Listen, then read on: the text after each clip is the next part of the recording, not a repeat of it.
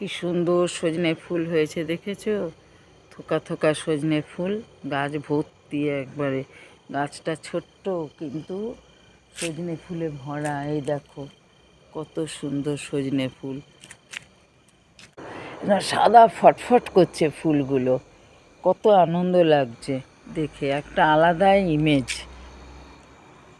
ফুলে ভর্তি একবারে গাছ, দেখতে কত সুন্দর লাগছে। আমি দেখে না রাত্রে দরজা বন্ধ করতে আসছিলাম, এসে দেখছি ফুলগুলো ফুটে আছে থোকা থোকা।